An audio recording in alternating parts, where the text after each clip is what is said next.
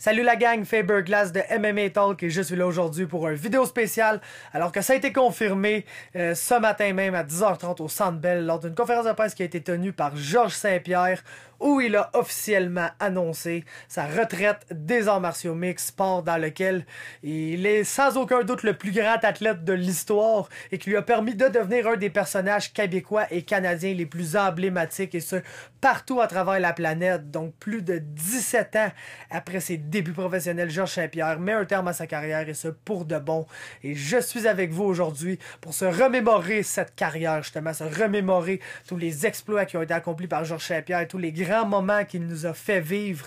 Et puis aussi, à travers ça, un peu vous conter mon histoire de comment j'en suis venu d'un partisan d'MMA à quelqu'un qui couvre le sport à l'échelle de la province du Québec. Et puis, vous allez voir que sans Georges Saint-Pierre, je ne serais pas là. C'est lui qui m'a amené dans ce sport-là, qui m'a fait découvrir et adorer ce sport-là. Et je pense qu'aujourd'hui, c'est important de lui rendre hommage à lui, à sa carrière et à toutes les choses qu'il a accomplies. Donc, Georges Saint-Pierre, natif de Saint-Isidore au Québec, a fait ses débuts professionnels le 25 janvier 2002 au UCC, qui s'est rebrandé après comme état TKO.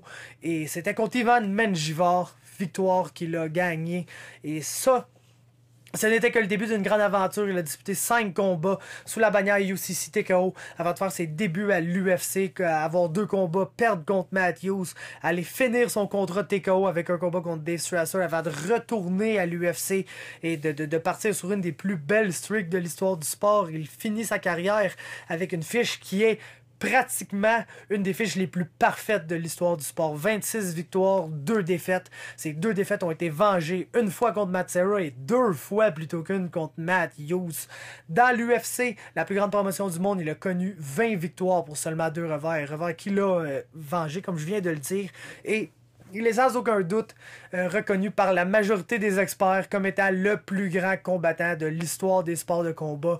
Il n'a jamais eu aucune controverse par rapport aux stéroïdes ni rien, chose qui est omniprésent justement dans ce sport-là. Lui n'a jamais testé positif, n'a jamais eu aucun problème avec ça. Donc non seulement une fiche légendaire, des accomplissements légendaires, mais est un des seuls combattants avec ce statut qui n'a pas un jour ou l'autre été impliqué dans des rumeurs ou dans une preuve justement de dopage. Donc ça, c'est quelque chose qui joue immensément en sa faveur. Donc, je voulais vous énumérer tous les records que GSP a parce que j'ai été vérifié et je savais qu'il y en avait beaucoup. Il y en a vraiment plus que je pensais. C'est quelque chose d'assez incroyable. Donc on va y aller. Je vous énumère ça rapidement. Plus de combats pour le titre dans l'histoire de l'UFC avec 15. Il est au 3e rang pour le plus de temps dans la cage de l'UFC avec 5 heures, 48 minutes et 12 secondes. Les 2 seuls qui en ont plus que lui, Michael Bisping et Frankie Edgar. Plus de temps dans la cage pour des combats de championnat. Ça, il est premier avec 4 heures, 14 minutes et 28 secondes. Donc le gars, il s'est battu à peu près 1h30, pas dans des title fights, dans toute sa carrière UFC. Numéro 2, pour le plus de main event des pay-per-view. Il en a 17. Seul Randy Couture en a plus que lui avec 18. Il est égal au 2e rang du plus grand nombre de victoires dans la promotion UFC. Il en a 20. Il est à égalité avec Michael Bisping et Demian Maia. Seul Cowboy Cerrone en a plus que lui avec 22. Il est celui qui a le plus de victoires dans des combats pour le titre avec 13. Il est à égalité pour la plus longue séquence de victoires dans l'UFC. À égalité au 3e rang avec 13 victoires. Il est à égalité avec Mighty Mouse, Demetrius Johnson et Max Holloway. Seuls qui en ont plus que lui, des plus grandes séquences de victoires que lui, c'est John Jones avec 14 et Anderson Silva avec 16. Il a le plus grand nombre de victoires par décision unanime dans l'histoire de l'UFC avec 10. Il est au 4e rang pour le plus grand nombre de coups significatifs portés à son adversaire dans toute l'histoire de l'UFC avec 1313. Seul Frankie Edgar, Michael Bisping et Max Holloway en ont plus que lui. Et le fait que Max Holloway soit déjà au premier rang de l'histoire de l'UFC pour le plus grand nombre de coups portés à ses adversaires, ça c'est quelque chose d'autre que je préfère une toute autre vidéo là-dessus. Mais bref. Égalité au 3e rang pour le plus de knockdown dans des combats pour le titre. Donc des fois qu'il a frappé son adversaire et qui les a envoyés au tapis. Il en a 6 à égalité avec Cain Velasquez et Conor McGregor. C'est le Chuck Liddell avec 7 et Anderson Silva avec 10 en ont plus que lui. La statistique qu'on s'attendait, il est au premier rang de l'UFC pour le plus d'amener au sol réussi. Il en a 90, 66 étant dans des combats pour le titre. Il est au premier rang pour ça aussi. Il est au troisième rang à égalité pour le plus de takedowns landé dans un combat pour le titre avec 11. C'était contre Dan Hardy. Il était à égalité avec Ken Velasquez qui en avait fait aussi 11 contre Junior Dos Santos seul. Demetrius Johnson contre Horiguchi et Sean Sherk contre Hermes Franca ont eu plus de takedowns dans un combat pour le titre. Il est au premier rang aussi pour l'efficacité des takedowns. 73,7% de tous ces takedowns essayés ont réussi. Il est au deuxième rang pour le plus de title reign, le plus de comment on dit ça en français, title reign? Les fois qu'il a été champion. Dans le fond, il a été champion à 4 occasions différentes, incluant les interim titles. Seul Randy Couture en a plus que lui, 6 fois différentes pour Randy Couture. Il est au troisième rang aussi pour le plus long title reign, pour la plus longue séquence avec un championnat, avec 2064 jours. Seul Demetrius Johnson avec 2142 jours et Anderson Silva avec 2457 jours sont devant lui. Il est aussi au deuxième rang pour le plus de jours combinés en tant que champion de l'UFC. Il en a 2237 jours derrière Silva avec ses 2457. Il est au troisième rang pour le plus de défenses de titre de l'histoire de l'UFC, des défenses consécutives. Il en avait 9. Anderson Silva en a 10 et Demetrius Johnson en a 11. Il est un des 6 Two Division Champ, des Champ. Dans le fond, on a eu Randy Couture, DC, BJ Penn, Amanda Nunes et Conor McGregor. Il est un de ceux-là. Et il était dans le combat principal de 2 des 5 combats UFC où il y a eu le plus de gens dans la foule de toute l'histoire. Au numéro 2, c'est à l'UFC 129 contre Jake Shields qui avait été au Air Canada Center, pas Air Canada, au Rogers Center à Toronto, là, la place de baseball. Là. Fait que le gros stade avec 55 000 personnes. C'est le deuxième événement le plus assisté de l'histoire après UFC à Melbourne, le home contre Rousey, on s'en rappellera tous. Au cinquième rang, on a l'UFC 124, GSP contre Koscheck 2 au Centre Bell. Il y avait full pack le Centre Bell, pleine capacité, avec même du monde sur le parterre. Il y avait 22 000 personnes environ dans cette place-là. Donc, ça m'a pris 5 minutes, mais je vous ai énuméré tous les records que Georges Saint-Pierre a. Donc, moi, par rapport à Georges Saint-Pierre, comment ça s'est passé? Je vais vous conter mon histoire un peu de comment j'en suis venu à être un combat, un fan de combat. Le premier combat de Georges Saint-Pierre que j'ai vu dans ma vie en direct. Je l'avais été l'écouter à la cage au sport. C'était GSP contre Josh Koscheck 2, justement, le combat que je viens de mentionner. Et puis, ça m'avait marqué parce que Georges Saint-Pierre, elle avait littéralement presque sorti l'œil de Josh Koscheck de son orbite tellement qu'il l'avait jabé sur l'œil. Puis, ça m'avait impressionné de voir comment quelqu'un pouvait dominer un adversaire du tout au tout en mangeant littéralement aucun dommage. Puis, en rendant ça de façon facile, moi, pas que je considérais le MMA puis le UFC comme étant quoi de barbare avec du monde qui veut juste se knocker puis des bombes. T'sais, loin de là, je savais que c'était un sport qui était très exigeant, que les gars devaient s'entraîner très fort et tout.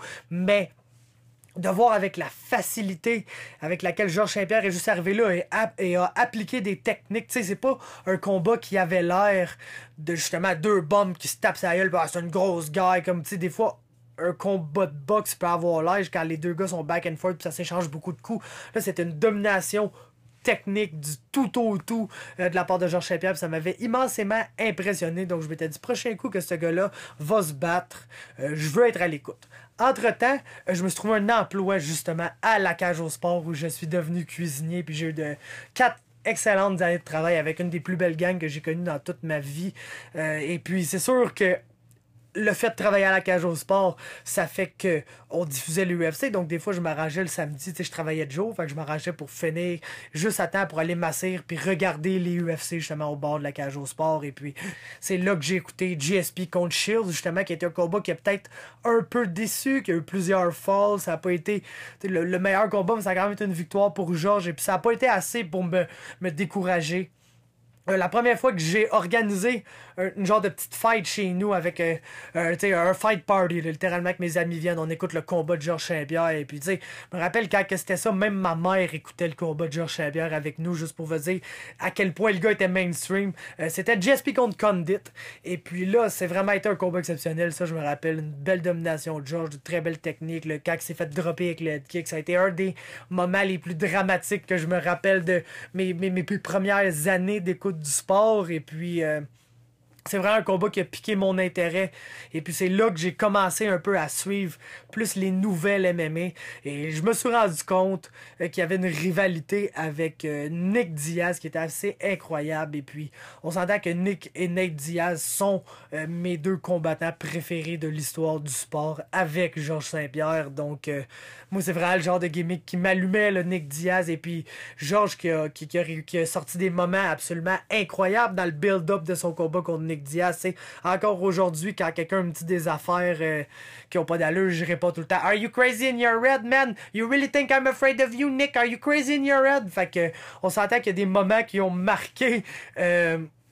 l'histoire dans ce combat-là. Et puis c'est exactement ce combat-là qui a fait de moi un hardcore MMA fan depuis Georges Saint-Pierre contre Nick Diaz. Je n'ai pas manqué une carte de l'UFC, sauf une, je dois le dire, c'est l'UFC 161 à Winnipeg, parce que ça, c'était dans le temps où je payais encore pour toutes les cartes. Et puis, je voulais pas payer pour cette carte-là avec Rashad contre Dan Anderson dans le main event, et absolument rien de bon sur la main card. Donc, j'avais pas payé pour cette carte-là, donc je ne l'ai pas encore vue à ce jour. Je pense pas que j'ai rien manqué, mais depuis GSP contre Diaz, qui était l'UFC 156, si je me rappelle bien, là, je vous dis ça par mémoire de même, ça se peut que ça soit pas ça pendant tout, mais depuis GSP contre Diaz, je suis devenu un hardcore MMA fan. Et là, je me suis mis à écouter toutes les cartes de l'UFC. Et puis ça a l'idée, bien sûr, dans le 20e anniversaire de l'UFC contre Johnny Hendricks, GSP contre Johnny Hendricks, l'UFC 167. Et c'est là que, pour la première fois, sur ma page Facebook, j'ai fait un preview du combat. J'ai fait dans un petit texte, j'ai dit mes prédictions pour la carte, oui, pour les autres combats de la carte, mais principalement pour le combat entre Georges Saint-Pierre et Johnny Hendricks, combat qui était hautement controversé, un autre grand moment, je vous dirais, de mon écoute d'MMA de dans le temps, parce que écoute, ça a été un des combats les plus stressants, puis ça allait pas bien pour Georges, puis tu sais, personne n'était vraiment d'accord avec la décision, mais tout le monde était soulagé que GSP perde pas contre Johnny Hendricks, qui était pas vraiment un personnage aimé de la gente québécoise à ce moment-là, et avec raison, c'était l'adversaire de Georges, donc c'est à ce moment-là que j'ai fait mon premier preview sur Facebook, mes petites prédictions, puis ça avait assez bien été pour moi, je vous dirais, au niveau des prédictions, puis les gens avaient semblé apprécier, donc je m'étais dit, ah, c'est le fun, je pourrais refaire ça, donc j'avais commencé à faire ça sur mon Facebook personnel. Pas longtemps après, je me suis dit, tu sais, ça a pas vraiment d'allure de toujours gosser tout le monde sur mon Facebook, même le monde que ça les intéresse pas, avec des longs paragraphes de nouvelles UFC et tout. Puis je commençais vraiment, tu sais, à m'intéresser. Depuis GSP Diaz, ça faisait déjà une couple de mois que je checkais toutes les cartes, tous les sites, toutes les nouvelles, puis que j'étais vraiment tombé là, tête première dans les MMA, puis que c'était de loin ma nouvelle passion, la chose que je mangeais matin, midi, soir. Donc, j'ai décidé de partir un groupe Facebook avec les gens qui étaient intéressés justement dans mon Facebook personnel à entendre mes analyses, à entendre mes nouvelles, mes analyses des situations différentes et surtout d'en discuter avec moi. Tu sais, j'ai amené une couple de mes amis que je savais qui aimaient ça, puis on jasait de ça ensemble. Dans le temps, j'avais mon ami Charlot Turgeon, un de mes meilleurs chums, qui justement m'aidait. On écoutait toutes les UFC ensemble, puis il m'aidait à faire des petits articles ici et là sur le groupe. Et puis, on s'est développé tranquillement, pas vite. Un groupe de 400-500 personnes, je vous dirais, avec pas mal de diversité, pas mal de gens, et puis pas mal d'opinions. Il y avait une couple de combattants dans le temps qui avaient joint le groupe, puis ça c'est quelque chose qui m'impressionnait bien gros dans le temps. Et puis, veut pas, à force d'écouter ça, puis d'aimer ça, puis de faire des analyses, tout le monde me dirait, crime, Fab, tu devrais essayer, je suis sûr que t'aimerais ça, tu devrais essayer. Puis, je m'entraînais au Pro Gym à Saint-Jean où il y avait justement une belle fenêtre direct devant la salle. Puis là, je voyais des gars faire du jiu-jitsu brésilien en kimono. Puis je voyais justement l'entraîneur qui était là. Puis je me disais, crime, il a l'air de connaître son affaire. Puis, tu sais, il avait grosses oreilles en chou-fleur, puis tout. Fait que là, je me dis, crime, faudrait que j'essaye ça un jour. Et puis, Justement, j'ai mentionné, j'étais allé faire un cours d'essai un moment donné, je me suis décidé, je vais toujours me rappeler, j'étais arrivé là, j'ai dit ouais, je fais un cours d'essai, il y avait un gars qui était en train de se changer là, qui est un de mes partenaires d'entraînement depuis ce jour, Seb Choquette. Donc, j'avais pris des infos de lui, Fred, l'entraîneur Fred Poirier m'a dit tu peux entraîner, tu peux rentrer dans le cours, pis tout, pas de stress. Fait que j'avais essayé, c'était dans le bout de ma fête, c'était dans le bout de ma fête, puis j'avais aimé ça, j'avais fait mon cours d'essai, j'avais aimé ça, et puis pour ma fête, justement, ma mère et ma blonde dans le temps m'avaient abonné pour un an au gym de Jiu-Jitsu à Saint-Jean. Donc, c'est à partir de ce moment-là que j'ai commencé à faire du Jiu-Jitsu, à vraiment pratiquer ce que je regardais à la TV, puis à partir de là, j'ai fait quelques cours de Muay Thai, des cours d'MMA, des petits cours de lutte ici et là. C'est sûr que depuis ce jour, ça fait 4 ans maintenant de ça, je me suis vraiment concentré dans le Jiu-Jitsu brésilien. Là, je suis maintenant ceinture bleue en Jiu-Jitsu brésilien depuis maintenant plus de 2 ans, puis ça fait 4 ans que je pratique ce sport-là vraiment à tous les jours, littéralement à tous les jours de ma vie. C'est ça que je fais avec la page que j'ai maintenant ouverte, puis ça s'en vient dans pas long. Mais bref... j'ai décidé de casser ce sport-là. Je tombais en amour avec le sport. Je tombais en amour avec les coachs, Fred, Pat et compagnie. Je tombais en amour avec la gang. C'est certains de ces gens-là, en fait, la majorité de ces gens-là qui étaient là à cette époque sont aujourd'hui dans mes meilleurs amis, dans les personnes que j'apprécie le plus dans la vie. J'ai réussi à entraîner mon meilleur ami Jim dans ce sport-là aussi. Donc... tu sais, si ça avait pas été de Georges, si il avait pas piqué ma curiosité par rapport à ce sport-là, les arts martiaux mixtes, je pense que jamais j'en serais venu à vouloir essayer du jiu-jitsu brésilien dans un gym, puis en dehors du MMA, de la couverture du MMA, d'analyser le sport, de regarder des combats littéralement tout le temps. Tu sais, si je veux me rappeler c'est qui les d'autres qui sont dans l'UFC, parce qu'il y en a littéralement 893 de nos jours, j'ai pas le choix de me tenir au courant, mais en dehors des arts martiaux mixtes qui me passionnent, ma plus grande passion dans la vie aujourd'hui est de loin le jiu-jitsu brésilien, de loin quelque chose que je mange, maintenant j'ai la chance d'enseigner moi-même ce sport-là à mon gym, des cours de no-gi, et puis tu sais, sans Georges, sans le fait qu'il m'ait fait découvrir ce sport-là, j'aurais non seulement pas trouvé le métier que je veux pratiquer dans la vie, bien que oui, j'ai toujours voulu être journaliste, là, ça je vous le cacherai pas, j'ai toujours voulu être journaliste / commentateur. C'était plus le hockey qui m'attirait dans le temps, mais maintenant que j'ai découvert les arts martiaux mixtes, je suis vraiment all-in là-dedans, là, c'est clairement ma passion, la chose que j'aime. Mais en dehors de ça, Georges m'a apporté le jiu-jitsu aussi, qui est de loin mon autre passion que j'aime le plus dans la vie. Donc c'est ça, je commence à être jiu-jitsu, j'ai un groupe Facebook, 400-500 personnes, ça va super bien, puis un moment donné, je me dis, tu sais, les groupes Facebook, même s'il est public, quand que tu commandes quelque chose, ça ne l'affiche pas à tes amis. Donc, tu sais, il faut vraiment que j'hustle pour aller chercher des gens sur ce groupe-là. Puis, je commence de plus en plus à penser qu'il y a peut-être de quoi à faire avec ça. Donc, j'ai décidé de fermer ce groupe-là. Ben, de le fermer. Il est encore existant. D'ailleurs, les liens sur la page, il a changé de nom. C'était MMA Talk avant. Maintenant, c'est la page qui est nommée comme ça. J'ai décidé de partir une page d'MMA au nom du groupe MMA Talk. J'avais déjà mon logo et tout qui a été fait par mon chum Perchaude, donc j'avais tout ça. J'ai décidé de garder ça. J'ai parti la page, je me suis lancé dans l'aventure. Et puis tu sais, j'avais 400-500 personnes sur le groupe. Quand j'ai invité tous mes 1000 coques amis Facebook, il y a peut-être 100 personnes qui ont suivi. J'étais là, aïe, ok. Faut commencer à quelque part. Puis tu sais, j'ai hustle, j'ai couvert. J'ai commencé à m'intéresser, tu sais, de plus en plus au MMA pour couvrir les nouvelles. Et puis TKO est revenu. TKO est revenu, là, ça m'a donné vraiment quelque chose à parler, les combattants québécois. Et puis ça, c'est à ce moment-là que quand j'ai parti la page, quand TKO est revenu, que justement à mon gym de Jiu-Jitsu, on a changé de salle. On est passé d'une petite salle à une grosse salle qui a été aménagée par le propriétaire Dan puis Hugo Girard. C'est vraiment une des plus belles salles d'arts martiaux au Québec. Puis ça, je suis prêt à le dire, c'est flambant neuf et écœurant de notre salle là. Donc, à cause de ça, il y a justement l'équipe à pas de côté, Yann Pellerin, Alex Beaulé, Joe Vallée, Ada Daichka, Marc-André Barrio, Julien Leblanc, qui venaient s'entraîner à tous les samedis. Ils faisaient un gros sparring au gym. Et puis j'avais Michael Dufort aussi dans mon équipe de Jiu. Donc à partir de ça, je me suis lié d'amitié avec Michael, avec Joe Vallée et avec Ada Daichka, qui ont vraiment été les trois mes day one, bien que aujourd'hui absolument tout le monde dans cette gang-là sont mes amis et autant plus de combattants qui sont pas dans cette gang de gens-là qui sont mes amis. Et puis ça, c'est grâce au fait que j'ai réussi à couvrir le sport. Mais bref, tout ça pour dire que je me suis fait des amis dans le milieu, j'ai parti ma page, j'ai commencé à m'intéresser au TKO quand le TKO est revenu, là, à cause justement de Joe Valley qui se battait là dès le départ. J'ai acheté des billets pour les 2-3 premiers événements de TKO, j'ai toujours assisté aux cartes et puis j'ai dit, tu sais, tant qu'à faire des gros previews UFC, je vais me mettre à faire des previews pour le TKO aussi. Ça va donner de l'exposure aux gars. J'étais rasé à peut-être 500-600 personnes sur ma page à ce moment-là. J'avais pas mal rattrapé le monde qui avait pas suivi du groupe. Donc, j'ai dit, ça va leur donner de l'exposure. Tu sais, je suis pas encore énorme, mais au moins, j'ai une petite audience. Et puis, j'ai commencé à faire ça. C'est venu aux oreilles, aux yeux plus de Stéphane Patry parce que tout était écrit à ce moment-là. Et puis Stéphane m'a contacté pour que je vienne assister à la conférence de presse du TKO 41. Et puis c'est à partir de ce moment-là que j'ai commencé à couvrir vraiment pour de vrai les arts martiaux mixtes au Québec. J'ai eu mes accréditations pour les événements TKO. Puis ça, je vais toujours être reconnaissant à Stéphane Patry pour ça. C'est lui qui m'a donné ma première chance d'aller vivre l'action en tant que journaliste d'une carte d'MMA.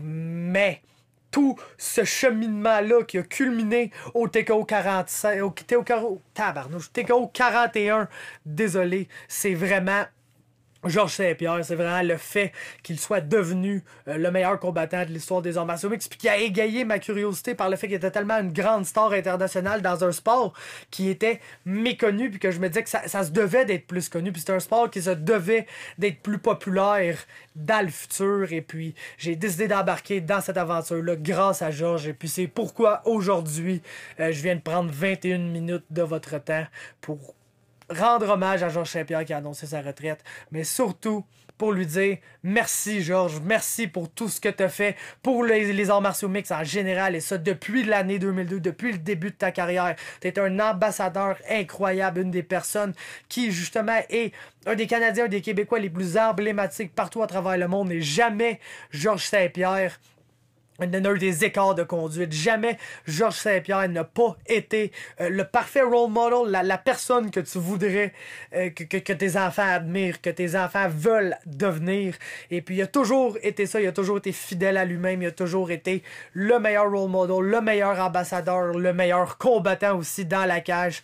Et puis pour ça, ben merci Georges, puis je te souhaite beaucoup de bonheur dans ta retraite, je te souhaite beaucoup de bonheur dans tout ce que tu vas essayer d'accomplir, et puis avec l'espoir que je vais avoir la chance de te parler un jour, de te recevoir sur mon podcast, puis qu'on puisse justement jaser de cette histoire-là ensemble, de jaser de comment tu as fait que je suis devenu quelqu'un qui couvre les arts martiaux mixtes au Québec, qui a maintenant plus de 3500 personnes sur ma page. Et puis ça, je remercie chacune des personnes qui me suivent. Jamais j'aurais pensé qu'il y avait autant de gens qui allaient vouloir écouter les niaiseries que je dis, mais d'un autre côté, aujourd'hui, je le sais pour un fait que 3500 personnes, c'est juste le début, puis ça sera pas là qu'on va être 30 000 puis 300 000 sur cette page-là. Puis ça, je peux vous le garantir, j'ai vraiment la passion de ce sport-là, j'ai la flamme, je vais tout faire à mon possible pour justement que MMA Talk devienne une marque reconnue dans le monde des arts martiaux mixtes. Autant au Québec qu'au Canada que partout à travers le monde, je pense que c'est bien de voir plus loin que nos frontières, même si je veux toujours rester au Québec, à couvrir les gars d'ici, à couvrir l'action locale, à donner une plateforme au gars local. Je vois quand même très grand pour ce projet-là que j'ai décidé de commencer grâce à Georges Saint-Pierre. Fait que merci pour ça, Georges. J'espère avoir la chance de te parler un jour. Et puis, bonne retraite, merci pour tout. On va te conclure ça ici parce que, écoute, ça commence à s'éterniser, mais du fond du cœur, merci Georges, merci. Je ne serais pas là sans toi, puis je vais éternellement t'en être reconnaissant, comme je pense tout le monde qui a eu la chance de te voir un jour dans la cage vont être éternellement reconnaissants pour ce que tu leur as montré et ce qu'ils ont vu. Donc c'est ça, laissez-moi un like sur la vidéo, c'est une vidéo un peu différente d'habitude, on s'entend, j'étais allé dans une coupe de direction, j'étais allé peut-être dans le peu plus personnel, dans mon histoire par rapport à tout ça, mais je pense que c'était peut-être un bon temps pour faire comme la jonction entre les deux, pour vous illustrer à quel point Georges Saint-Pierre est une des personnes les plus importantes pour moi. Et puis c'est ça. Laissez-moi un like si vous avez aimé ça. Laissez-moi un commentaire pour me faire part de vos Georges Saint-Pierre story, de comment vous l'avez apprécié, de juste lui rendre hommage pour toute cette belle carrière-là et dire un beau bravo Georges. Donc, laissez-moi un commentaire. Abonnez-vous à la chaîne YouTube Québec MMA et à la chaîne Facebook, la page Facebook sur laquelle il faut être. 3500 personnes. C'est juste le début, je l'ai dit. On va monter ça, ce like count-là, puis on va devenir quelque chose de vraiment big dans l'industrie. Puis ça va être grâce à vous. Et je vous remercie pour tout. nous. Donc, abonnez-vous à MMA Talk sur Facebook, c'est très important. On se voit une prochaine fois, la gang. Merci.